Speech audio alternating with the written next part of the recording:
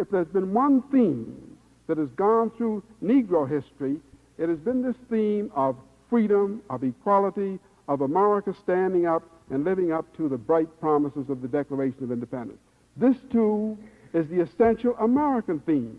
There is no theme in Negro life that is not a theme in American life, because the Negro is America, too. He is completely integrated. Professor into Benjamin American Quarles, history. distinguished historian of Negro history, speaks with students of the Detroit Public Schools in a series of talks on the Negro American. Now, when we come down to the period after the Civil War, slavery is dead, but many of the vestiges of slavery are going to live on, and we're going to see how some of those live on. Now, when the war is over, we get to a period which we call Reconstruction. Now, this is a misnomer, like so many words we use in history. You aren't going to you're going to have a new change. People like to say reconstructed, or we're going back to something that was, but you're moving in new directions. So the terminology can get you in a lot of trouble, but some terms have been so accepted that we understand what period we're talking about. Reconstruction, the period right after the Civil War. These 11 southern states have left the Union. We never had an experience like that in America. How should they get back into the Union? Lincoln and his successor Johnson considered that a presidential function. However, Congress considered it a function of Congress to readmit these 11 southern states. Now, Congress is Republican. The Republican Party was a new party. In fact, the Republican Party in 1864 ran on a Union party. They didn't even use the word Republican. They're a new party. How can they ensure their permanence? One of the ways they can ensure their permanence, of course, is by having Negro votes in the South. So that behind much of their thinking is going to be, in congressional Reconstruction, the need for Negro votes to keep a party in political power. Now, one of the things, of course, that Congress does just before Lincoln dies is to establish the so-called Freedmen's Bureau, the Bureau of Freedmen, Refugees, and Abandoned Lands, the Freedmen's Bureau, which was to enable the slaves and whites, too, in the South to make a transition in this trying period. And the Freedmen's Bureau operates for 7 years. It operates schools, it operates hospitals, it gives legal advice. This was one of the great agencies that helped the former slaves and whites too after the South had been devastated. Now, the real measure that Congress had in mind as it deliberated readmitting the southern states was the 14th Amendment. The 14th Amendment was passed in Congress itself after a committee had studied it. It was passed by Congress in 1866, and then it, of course, would go to the states amendment. Now, the 14th Amendment was very revolutionary. It was path-breaking. Now, this 14th Amendment deserves 1 minute or so of our attention, because it begins by defining a citizenship. Who is a citizen? But the 14th Amendment goes on and says this, the significant words: no state shall deny to any of its citizens equal protection of law, or shall deny them life, liberty, or property without due process of law. Now, these are great phrases. They're meant, of course, to protect the Negro. They're meant perhaps also to protect big business, as many people thought, which was a corporate person. But notice these tremendous phrases. For the first time in history, a state is told what it cannot do. Now, you can imagine the South's attitude. The South had lost the war, but the South's attitude basically had not changed. The war was an awful thing to lose. The South hadn't realized this. So that 10 of the 11 southern states rejected the 14th Amendment. Now, when they rejected the 14th Amendment, of course, this was just what the radicals, the Republicans in Congress wanted, because it enabled them to pass a more stringent measure. And therefore, when the southern states rejected the 14th Amendment by great majorities, then it was that Congress, having won the great congressional elections over Andrew Johnson in 1866, then it was that Congress, on March the 2nd, 1867, passed the first Reconstruction Act. Now, this Reconstruction Act divided the South into 5 military districts. Now, imagine the proud state of Virginia being designated Military District Number 1 under a general military law. Now, the South was divided into 5 military districts, and they were told they would have military rule until they drew up new constitutions And in these constitutions, you'd have to guarantee equal suffrage, which was what the Republicans wanted. And then after getting these new constitutions, you would then have to ratify the 14th Amendment, which you had just rejected. Now, this was sorrow's crown of sorrow. See, but the South, of course, had this bitter pill to swallow, but they had to do it, otherwise the generals, you see, would be there. You wanted to get out from under the generals, and therefore the South drew up these new constitutions which provided for equal suffrage. Now, this meant, of course, that in the 10 reconstructed southern states, there would be a period from 4 to 10 years in which Republicans and Negroes would be in control. Republican Negro regimes, we may call them by hyphenated, would be in control of the government. And this is the period we generally think of as the period of Reconstruction. Now, one or two words only about these last two. That is the Negro in politics in this period for roughly nearly 10 years.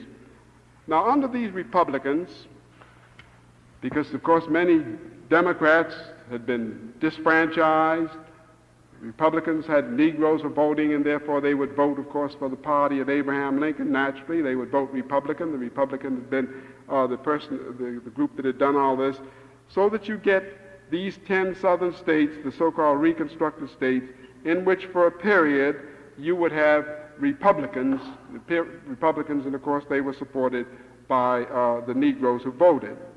Now, one of the things that people are noticing, for example, about Reconstruction, is these new state constitutions that were drawn up under the Act of March 2nd, 1867, when you had to permit Negroes to select the delegates to the Constitutional Convention, and many of these delegates were Negroes themselves. The South drew up new state constitutions. Now, as one looks at these state constitutions, for the first time we see in Southern history provision made for free public schools. Now, another thing in these state constitutions, for the first time, free manhood suffrage. The South didn't have that. This is what's in. People can vote when they're 21. They don't have to have property. They don't have to belong to a special church. These are new constitutions. Old forms of punishment like the branding iron and the whipping post, they were done away with in the new constitutions. Small homesteads were exempt from taxation in the new state constitutions. So as we look at the 10 new state constitutions drafted by these Republican Negro regimes, if we call them that, we would see innovations which the South made for great progress in the South.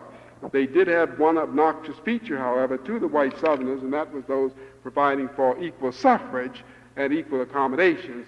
And it is those things which are going to be dropped in the constitutions when these Southerners, of course, eliminate the Negro Republican regimes.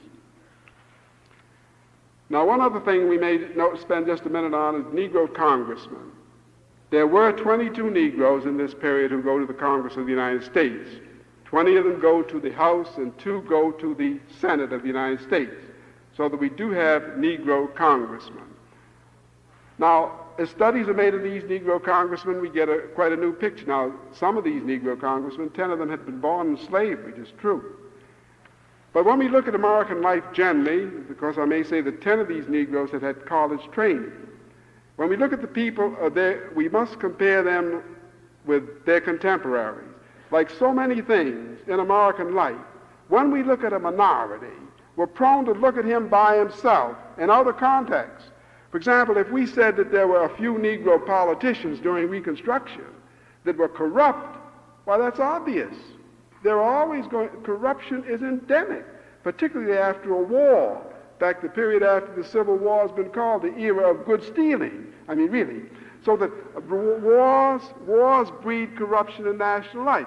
Now, if you're going to look at Reconstruction in the South and say you see these 2 or 3 Negroes with overcharging the government and ordering $1,000 worth, this looked at by itself, looked at when we don't see what's going on in the whole country, the trade ring and the salary grab. When you look at one thing by itself and try to categorize this and say, this is typical of the whole thing, this is where so frequently we see a thing completely out of context.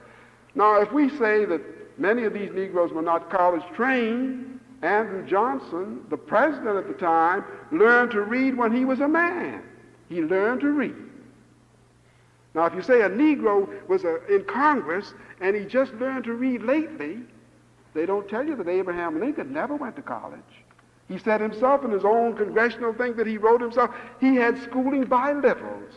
Oh, but he did, by littles, by very little. That's Abraham Lincoln, who was selected by historians as the greatest of the presidents.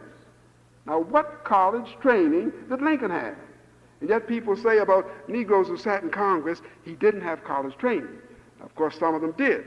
One of them had been, Robert B. Eliot had been educated at Oxford, and some of them spoke other languages. But you see, what we do in Reconstruction other times, we select a person, which we say is a prototype of the whole group, and say corruption was endemic because this man was corrupt. And yet another man who was a good school superintendent, who never stole a cent of any kind, who had left a record of integrity in which a school built on, such as Louisiana did with a great school superintendent named William G. Brown for 7 years, Negro school superintendent for the whole state, nothing is said. But let there be a corrupt person, and people will say, this is endemic, you see. But when we look at Reconstruction, therefore, and look at the qualification of the congressman, we would see that educationally, they would compare favorably with the typical American of the time. Because a thing leaves a residue. It leaves something with it. Just like slavery left a residue in segregation, and the ideas that bolster slavery still dominate in American life, so it is that Reconstruction leaves a legacy. Now, the first and great legacy it reached, which is only being breached in our time by Mr. Goldwater and others, and that is the South became a one-party section. History and not geography made the South solid. The South became solidly Democratic after 1870 because all you had to do was mention those Republicans. The Republican Party becomes a sort of hissing in a byword, so to speak, until our own lifetime. This has been the legacy of Reconstruction. But other legacies, of course, the resentment against Negro suffrage. That's why when we meet the 60s, our own 60s, the 1960s, we're going to meet the Civil Rights Acts, where we mentioned briefly tomorrow, because we'll see that the South, therefore, thinks always of Reconstruction when Negroes sat in the state legislatures and occupied these chairs and were judges, you see. This to them was contrary to their history. It was imposition from the outside. Now the South, therefore, has and still has, of course, this attitude toward, this is one of the residues, the attitude of the Negro as a voter. It's one of the fixed ideas in the Southern frame of mind. And we can only understand it. Some of these points of resistance we can only understand historically. And that's why we notice this particular point. Now, I need not say that the fact that many Northerners came into the South, so-called carpetbaggers came in the South, that many people came in the South after the Civil War, some of them stayed in the South. These were the ones, of course, who allied themselves, who were Republicans, who allied themselves with the newly enfranchised freedmen, and these were to the South outsiders. Now, the South has always felt misunderstood, put upon, persecuted, as we indicated previously. Now, this intensifies the great feeling of the South had that outsiders are interfering with their business. And one of the worst things one can do is advise Southerners how to vote on anything, or how to do anything. They resent more than anybody else any outside intrusion. Now, Reconstruction strengthened that. Here were people, Congress sitting in Washington, people dictating what the South should do, you see. This is contrary to the South history. They would prefer actually a sloppy South run by Southerners, and this is a natural feeling in many respects, than an ably run South run by somebody else. And they regarded Reconstruction as a period when they didn't run it, although many of them did, of course. Many of the so-called scallywags were Southern whites themselves, and much of this legislation benefited the white South greatly. Nevertheless, they considered the Reconstruction period as ruled by people who came from other parts of the country and who were in essence foreigners in a way. And this intensified the South feeling that the rest of the country never understood her and the rest of the country tended to put upon her. We have been listening to Professor Benjamin Quarles speaking on the Negro American. This series of broadcast was produced for station WDTR by the Department of Educational Broadcasting for the Detroit Public Schools.